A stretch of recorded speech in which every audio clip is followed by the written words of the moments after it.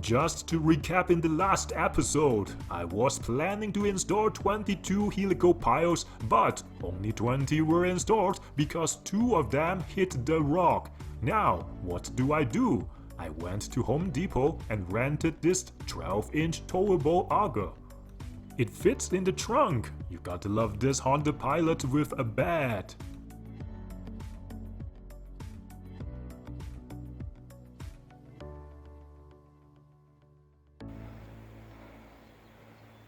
This is the first hole that I was drilling. Because of the frost line, I needed to drill down to 4 feet. This machine is good because you can operate this by yourself without asking for help.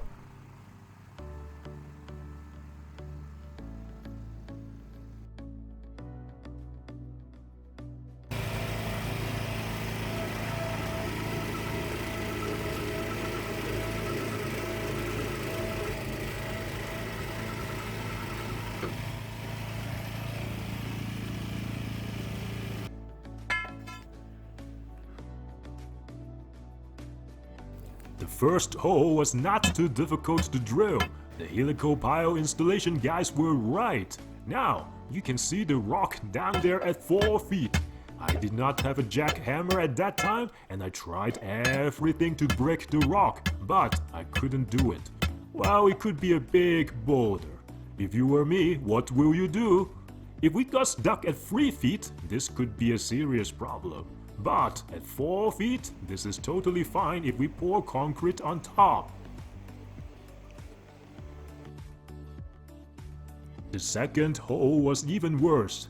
There was a boulder at around 2.5 feet, so I changed my plan and drilled a new hole.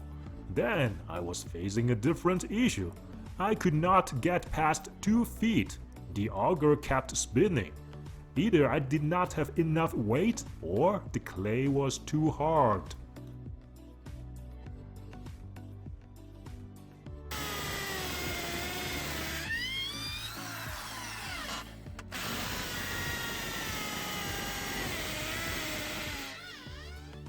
People on the internet suggest to add water to the hole, soak it overnight and drill again. Yes, I did that, but it did not work. The next day, I tried another idea of using pressure washer and the wet vacuum.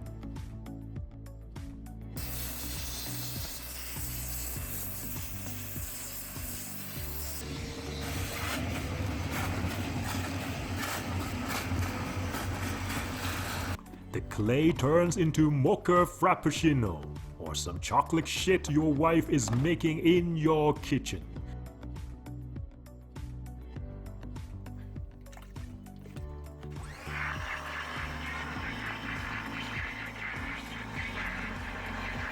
I hope this sound does not remind you of seeing the dentist. Keep going, it will take some time.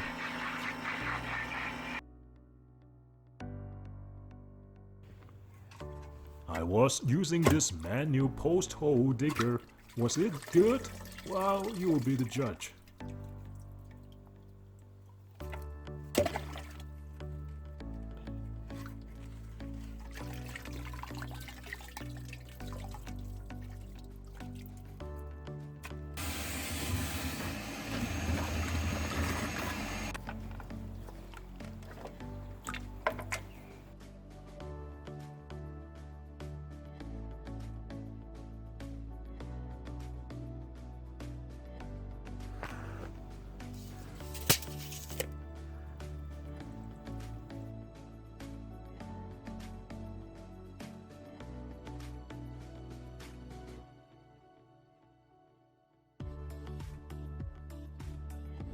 If you don't want to hurt your back, this is a DIY tips I want to share with you on how to unload the concrete off your vehicle.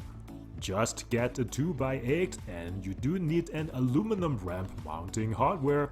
I think I made a dedicated video on the rental plate compactor. I will post the link in the description.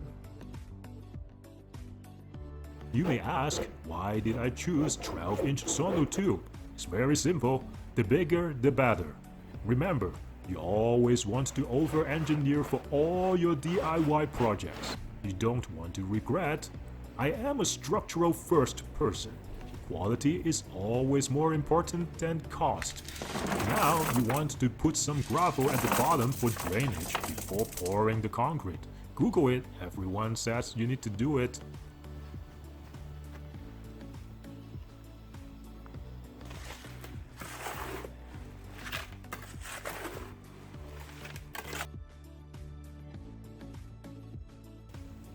You may want to smooth out the edge, not just for cosmetic but also for drainage.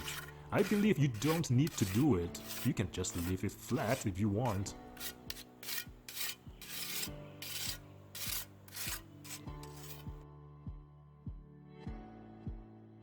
If you are planning to do it this way, you need to be extremely precise on setting the string. Once the saddle is set, you are done. It was okay for me, just a little bit off when it comes to framing. But if you're really picky and want precision up to 1/8 of an inch, I would recommend let the concrete dry, then drill a hole, use the anchor bolt and epoxy. Reason is that we are DIY people and we don't do this every day. Miscalculation can happen. Next time I will show you the most solid way to secure the ledger board using carriage bolts to the rim joist and how to make it rot free without using flashing.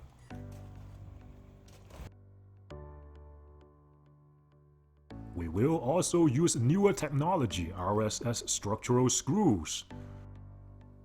Should you use 2x8 or 2x10 for your project? And how did I get past city inspection without getting a permit? If you think this is helpful, give it a thumbs up. My goal is to inspire more people into DIY. If you love DIY, remember to check out other videos on my channel. Remember to subscribe for update on this project. Thanks for watching and bye for now.